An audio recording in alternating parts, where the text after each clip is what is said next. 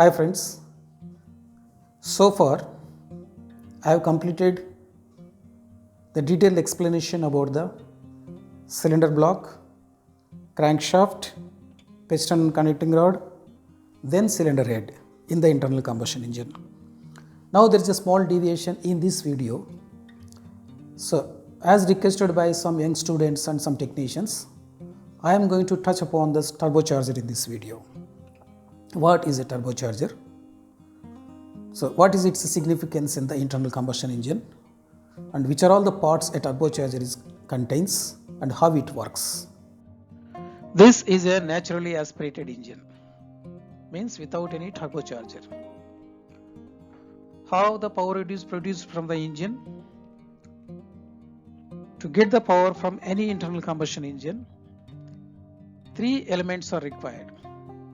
The first one is the oxygen, which is available in the atmosphere. The second one is the fuel, maybe diesel, petrol, furnace oil, kerosene, etc. etc. And the third one is the friction, which is obtained by compressing the air fuel mixture or air inside the cylinder. So here the principle and the fact is that if we want the power from the engine, we need these three elements.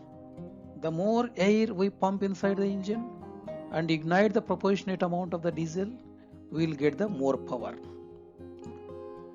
So what was the practice in the earlier days? If you want high power, you need the bigger engine, you need the big mass engine. Continuous efforts and the technical advancement has paved ways to invent certain technology to get more power from smaller size engines.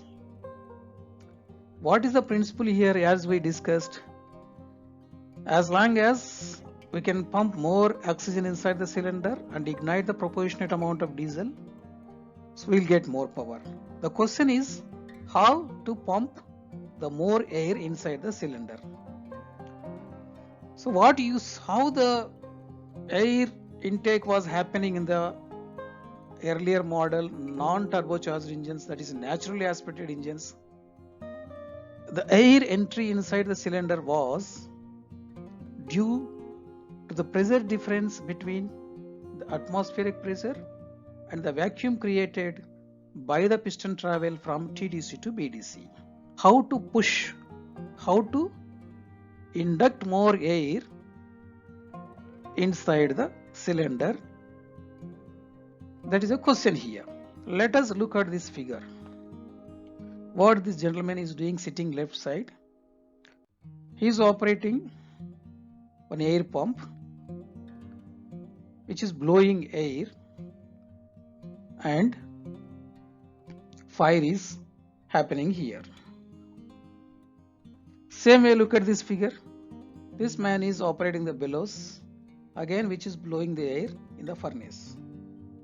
Same way you might have observed in the villages, still we are cooking on the firewood. What this lady is doing, she is also blowing the air. What all these three people are doing, very simple. Coal is nothing but the fuel, and the oxygen is available in the open atmosphere, and fire is already there. Same way here, coal, oxygen and fire.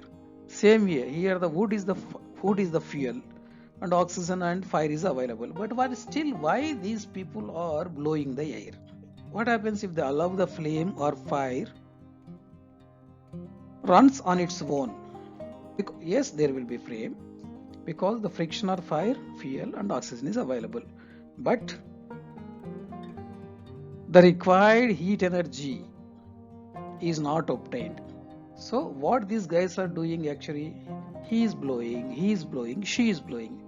They are doing nothing but blowing the additional oxygen on the fuel.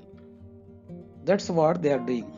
Abundant fuel is available, but when they blow the additional air, so additional amount of fuel is burnt here, generating additional heat energy. That is a very simple logic. Probably this might be the logic to invent a device called supercharger. This is the supercharger designed to pump more air inside the cylinder. The supercharger was connected to a belt drive, which again takes the drive from the engine component, maybe crankshaft, okay, and it is having inside two lobes. It is just like a screw compressor, okay, and one lobe get the drive from the engine, is drive lobe and driven lobe. So when these two are running, because of this suction effect created here, air is drawn from one end and delivered from the other end and going to the engine. So this particular supercharger is doing the job of collecting more air and forcibly pumping the air inside the cylinder. In nutshell, this is used to charge more air, that is more oxygen inside the cylinder. That is the simple job it is doing. Okay. But the problem with supercharger was, the first thing is the supercharger runs or rotates with mechanical coupling, maybe belt, maybe gears or whatever may be. So the RPM, the revolutions of the supercharger, depending upon the number of revolutions of the engine. That is number one. Number two, it is very heavy. To run this supercharger itself will consume a lot of power. The third constraint in this supercharger was, whatever the air is entering and coming out was subjected for the compression, continuous compression between these lobes. So air temperature will increase. When the air temperature increases, the density of the air drops down. That affects the volumetric efficiency inside the combustion chamber. When the volumetric efficiency drops, automatically the power also drops. Okay? And one more constraint the supercharger was having, when the engine operates at high altitudes, because of the low density of the air, normally as the altitude increases, the density of the air falls down. Okay? It could not able to maintain the volumetric efficiency at desired level. As I said, the supercharger itself was consuming a lot of power. Example, by fixing a supercharger to the naturally aspirated engine, there was a benefit of getting additional 25% of the power. Means an 100 HP engine used to deliver 125 HP.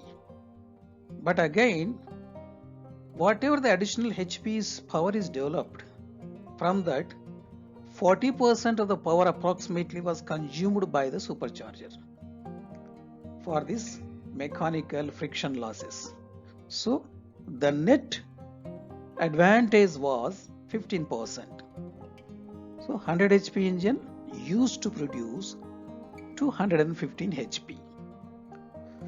So engineers thought of finding out some more advanced technique in minimizing the heat losses, friction losses, and pumping more and more air inside the engine.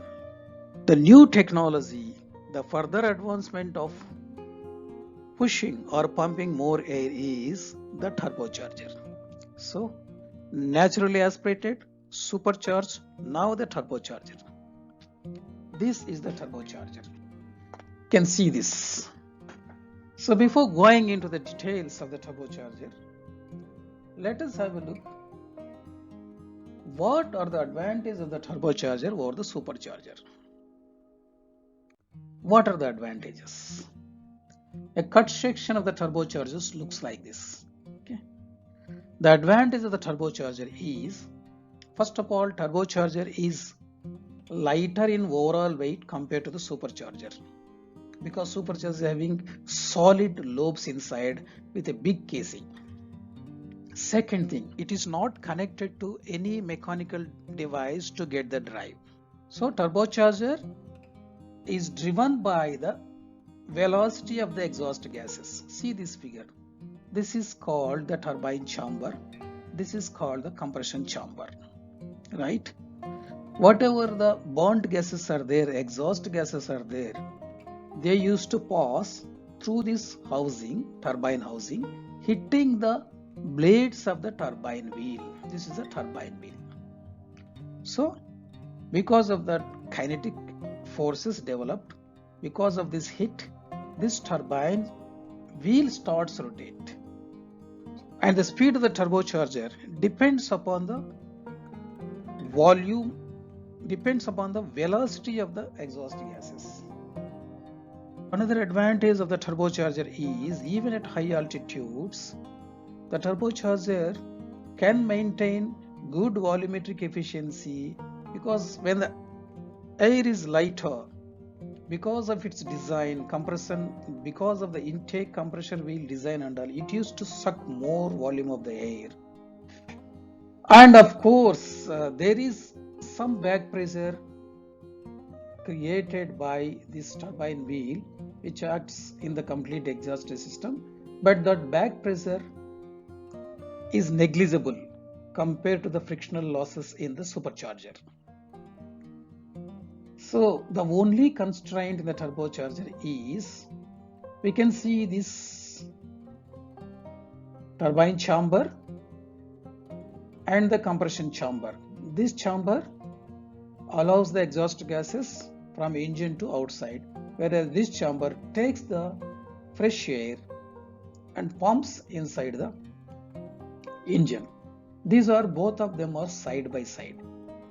Because of the heavy temperature in the exhaust gases and side by side, and the velocity of the speed of the turbocharger. Turbochargers will run to the speed of 2,50,000 RPM. Remember, 2,50,000 RPM, right? So because of that swirling action, the speed and the position, the temperature of the intake air is very high here, because even though it is pumping very high amount of the air, because of the increase in temperature, the density of the air drops. When the density of the air drops, it affects the volumetric efficiency inside the combustion chamber again.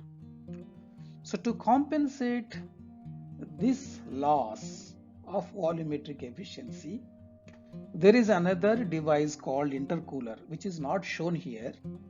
I'll explain in a separate video. An intercooler is installed between the intake manifold and from the turbocharger. The job of the intercooler is to reduce the temperature of the intake air. The overall benefit or the overall gain in the horsepower with the turbocharger will be approximately to the tune of 30%, with very, very minimal losses. You see this animation, how the turbocharger works here. This is the exhaust gas coming out of engine, coming out of the combustion chamber.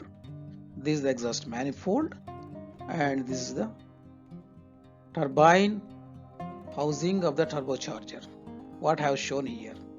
So it is going like this. While it is entering into the turbine housing, it rotates this turbine wheel. When the turbine wheel is rotated, turbine shaft rotates. On the other end, a compressor wheel is fixed to the same shaft, common shaft. So the turbine wheel rotates, compressor wheel also rotates. But here what you have to observe is, the direction of the blades of the compressor wheel is in opposite side. When it rotates, it pulls the air from the atmosphere and pumps like this actually. This we have to observe. So it is rotating, compressor wheel also rotating, it is pulling the air from the atmosphere, passing into the inlet piping, then as I told it is the intercooler, so which is cooling the hot air and again supplying to the cylinder. Okay, this is how the turbocharger works. This is the engine fitted with the turbocharger. Earlier engine was the naturally aspirated engine. This is the engine fitted with turbocharger. You can see the engine, the turbocharger is fitted to the exhaust manifold. This is the exhaust manifold. There is no any mechanical connection. Okay. This end is fitted to the air cleaner. This from this a pipe goes and connects here to the inlet manifold. Now let us look into the parts of the turbocharger. These are the various parts of the turbocharger. This is the red one is the turbine housing, the blue one and yellow one. The blue one is the compressor housing. Generally compressor housings are made with aluminum castings and the exhaust housings are made with cast iron castings. The center one is the center housing. This holds the turbine wheel, a turbine wheel, and in majority of the turbochargers, turbine wheel and shaft are the integral parts, I mean common. And this shaft sits in the center housing and the other end of the shaft, this is called compressor wheel or impeller is fitted. The blades or vanes of the impeller wheel is in opposite direction to the turbine wheel. Then you have to see the center housing very clearly. This is the hole meant to supply the lubricating oil. This oil gallery. There are two small holes here. This bronze or gunmetal pieces are bearings. These are the bearings. So oil from this is coming here, falling on the bearings. Again the bearings will be having small drilled holes, and from the bearings holes it passes to the shaft. So lubricating oil is available between the bearing and shaft. This end, these two rings are there. These are called seals. To seal this unit from the exhaust gases. These are the seals. If the seals are failed, the exhaust gases will come here and it affects the bearings and the engine oil start get burning and the speed of the turbochargers drops drastically. So these seals are important. This end also there are some mechanism plates, O-rings and all to seal the intake air from this chamber to this chamber. The design of the turbine housing is in such a way to give a path to this exhaust gases to hit maximum area of the blade so that maximum speed is obtained. If you look like this, it will be like this as I explained you. Okay, this is turbine housing. This is just in reverse, the other direction compared to this figure. This is turbine housing, turbine wheel, shaft, bearings. You can see the holes of the bearing. These are the drilled holes for the oil passes, and this is the compressor wheel. Now let us look into the loose parts, which looks like this. These are all the loose parts. This housing is here. This is this housing. This is the center housing, and this is the turbine wheel and shaft. Looks like this. See the blades. These grooves are meant for the oil seals. You can see the oil seals also here. These are the bearings and these are the oil seals. These oil seals are metallic rings. These are called actually seals will go and sit in these grooves. And this is the shaft surface to house these bearings. The shaft rotates on this surface within these bearings, and this end, this compressor wheel is fitted. So these are all the parts of the turbocharger.